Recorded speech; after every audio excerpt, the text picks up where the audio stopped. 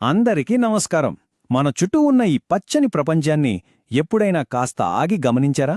అసలు ఈ మొక్కల ప్రపంచంలో ఇంత వైవిధ్యం ఎందుకుంది? దాని వెనుకున్న వర్గీకరణ ఏంటి అనే విషయాలన్నీ ఈరోజు మనం తెలుసుకుందాం. సరే, ఆలోచిద్దాం. మన చుట్టూ ఇన్ని రకాల మొక్కలు కనిపిస్తూ ఉంటాయి కదా, మరి శాస్త్రవేత్తలు వీటిని ఎలా వేరుచేసి చూస్తారు? అసలు వాటి మధ్య ఉండే ప్రధాన తేడాలు ఏంటో ఇప్పుడు మనం వివరంగా చూడబోతున్నాం. ఈరోజు మనం ఏం చూడబోతున్నామంటే, ముందుగా మొక్కల్ని వాటి ఆకారాన్ని బట్టి ఎలా విడదీస్తారో చూద్దాం. ఆ తర్వాత ఒక మొక్కలో ఉండే ముఖ్యమైన భాగాలేంటో కూడా తెలుసుకుందాం. రైట్, ముందుగా మొక్కల్ని వాటి సైజు, వాటి నిర్మాణం ఆధారంగా ఒక 3 ముఖ్యమైన గ్రూపులుగా విడదీస్తారు. వాటితోనే మన ఈ ప్రయాణాన్ని మొదలు పెడదాం. మన లిస్ట్లో మొదటది, ఇంకా చెప్పాలంటే అన్నిటికన్నా పెద్దది, చెట్లు. పేరు వినగానే తెలుస్తుంది కదా, ఇవి చాలా పెద్దగా, బలంగా ఉంటాయి. వాటి సైజు, ఆ గట్టి కాండమే వాటిని వేరే మొక్కల నుంచి ప్రత్యేకంగా నిలబెడతాయి. చెట్టుకుండే ఆ బలమైన మధ్య కాండాన్ని మ్రాను అంటారు.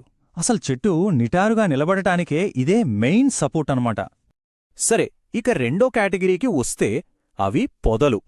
ఇవి చెట్లంత పెద్దగా, ఎత్తుగా పెరగవు, కాని వీటి కాండాలు కూడా గట్టిగానే ఉంటాయి. ఎక్కువగా నేలకు దగ్గరగా, బాగా గుబురుగా పెరగడం వీటి స్టైల్.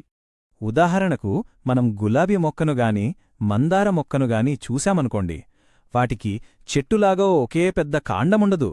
కింద నేల దగ్గరనుంచే చాలా కొమ్మలొచ్చి గుబురుగా పెరుగుతాయి. అదే వాటి ప్రత్యేకత. ఇక మన మూడవ వర్గం, గుల్మాలు. చెట్లతో, పొదలతో పోల్చుకుంటే ఇవి చాలా చిన్నగా, సున్నితంగా, డెలికేట్గా ఉంటాయి. వీటిని ఎలా గుర్తుపట్టాలంటే, వాటి కాండాలు మెత్తగా, పచ్చగా ఉంటాయి. ఉదాహరణకి టమోటా మొక్కను, తులసి మొక్కను చూస్తే వాటి కాండం గట్టిగా, కొయ్యలా ఉండదు కదా, చాలా సాఫ్ట్గా ఉంటుంది. అవే గుల్మాలు అన్నమాట. సరే, ఇప్పటిదాకా మనం చూసినవి కాకుండా కొన్ని మొక్కలు పెరిగే తీరు చాలా ప్రత్యేకంగా ఉంటుంది. ఆ పద్ధతిని బట్టే వాటిని వేరే కేటగిరీలుగా పెట్టారు. అవేంటో ఇప్పుడు చూద్దాం. ఇక్కడ మనకు 2 రకాలు కనిపిస్తున్నాయి. ఒకటి ఎగబ్రాకే మొక్కలు, మనీప్లాంట్ లాంటివి. ఏదైనా ఆధారం దొరికితే చాలు దాన్ని పట్టుకుని పైకి పాకేస్తాయి. రెండవది పాకే మొక్కలు, పుచ్చకాయ, గుమ్మడికాయ లాంటివి. నేలమీదే పాకుకుంటూ వ్యాపిస్తాయి, పైకి ఎక్కలేవు. ఓకే, ఇప్పటిదాకా మనం రకరకాల మొక్కల గురించి, వాటి గ్రూపుల గురించి చూసాం. ఇప్పుడు అసలొక మొక్కలో ఏమేం భాగాలుంటాయో కాస్త లోతుగా వెళ్ళి చూద్దాం. ఇక్కడొక ఇంట్రెస్టింగ్ విషయం ఏంటంటే, మొక్క ఎంత చిన్నదైనా, ఎంత పెద్దదైనా, దాదాపు అన్ని మొక్కల్లోనూ ఉండే ముఖ్యమైన భాగాలు 3. ఇది చాలా ఆశ్చర్యంగా ఉంటుంది గదా. మొక్కకు పునాదిలాంటివి వేర్లు. అవి చేసే ముఖ్యమైన పనులు 2. ఒకటి మొక్కను గట్టిగా నేలలో పట్టి ఉంచడం. రెండోది మొక్క బతకడానికి కావాల్సిన నీటిని, పోషకాలను నేలనుంచి పీల్చుకోవడం. సరే, వేర్లు గురించి చూశాం కదా, ఇప్పుడు మొక్కకు సపోర్ట్ సిస్టమ్ లాంటి కాండం గురించి, రకరకాల షేపుల్లో, సైజుల్లో ఉండే ఆకుల గురించి తెలుసుకుందాం. కాండం చేసే పని ఒక రకంగా ఒక హైవే లాంటిది. మొక్క నిటారుగా నిలబడటానికి ఆధారాన్నిస్తుంది. అంతేకాదు, వేర్లు పీల్చుకున్న నీటిని, పోషకాలను మొక్కలోని అన్ని భాగాలకు సప్లై చేస్తుంది. కాండాల్లో కూడా మళ్ళీ 2 ముఖ్యమైన రకాలున్నాయన్నమాట. మెత్తగా, ఆకుపచ్చగా ఉండే కాండాలు, ఇవి గుల్మాలు, తీగ మొక్కల్లో చూస్తాం. ఇక గట్టిగా బ్రౌన్ కలర్లో బెరడుతో ఉండేవి చెట్లలో, పొదల్లో కనిపిస్తాయి. ఇక మొక్కలో అందరికీ బాగా తెలిసిన భాగం ఆకులు, పత్రాలు అని కూడా అంటాం.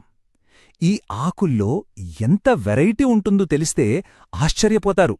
ఇప్పుడు వాటి గురించే చూద్దాం. ఇక్కడ కొన్ని ఉదాహరణలు చూడండి. బొప్పాయాకు మన చెయ్యిలా ఉంటుంది. చింతాకులు ఎంత చిన్నగా ఉంటాయో మనకు తెలిసిందే. కొబ్బరి ఆకైతే పొడవుగా, దానిమీద గీతలు స్పష్టంగా కనిపిస్తాయి. పుదీనా, కొత్తిమీరకైతే వాటి వాసనే వాటి ప్రత్యేకత. చూశారా ఆకుల్లో ఎన్ని రకాలో? ఆకులు కేవలం అందంగా కనిపించడానికే కాదు, వాటితో మనకు చాలా ఉపయోగాలున్నాయి. కొత్తిమీర, కరివేపాకు లాంటివి మనం వంటల్లో వాడతాం. తేయాకుతో టీ తాగుతాం. వేప, తులసి లాంటివి మందుల తయారీలో వాడతారు. అరటి, మర్రి ఆకుల్ని ఒకప్పుడు పాత్రలుగా కూడా వాడేవారు. అలా మనం అతిపెద్ద చెట్ల దగ్గర మొదలుపెట్టి చిన్న చిన్న ఆకుల దాకా మన ప్రయాణం సాగింది. ఇప్పుడు వీటన్నిటినీ కలిపి ఒకసారి అర్థం చేసుకునే ప్రయత్నం చేద్దాం. అంటే ఇక్కడ ముఖ్యమైన విషయమేంటంటే చెట్లు, పొదలు, గుల్మాలు, పాకే మొక్కలు, ఎగబ్రాకే మొక్కలు ఇలా ఈ కొన్ని ముఖ్యమైన కేటగిరీలను మనం అర్థం చేసుకోగలిగితే చాలు, మన చుట్టూ ఉన్న ఈ మొక్కల ప్రపంచాన్ని మనం ఇంకా బాగా అభినందించగలుగుతాం. సో మొక్కల ప్రపంచం గురించిన ఈ చిన్న వివరణ ఇంతే. ఇక మీరు తరువాతిసారి బయటికి వెళ్ళినప్పుడు మీ చుట్టూ ఉన్న మొక్కల్ని ఈ కొత్త దృష్టితో చూడండి. వాటిలో చెట్లు ఏవి, పొదలేవి, గుల్మాలేవి అని గుర్తుపట్టడానికి ప్రయత్నించండి. ఎన్నింటిని కనిపెట్టగలరో మీకే ఆశ్చర్యంగా ఉంటుంది.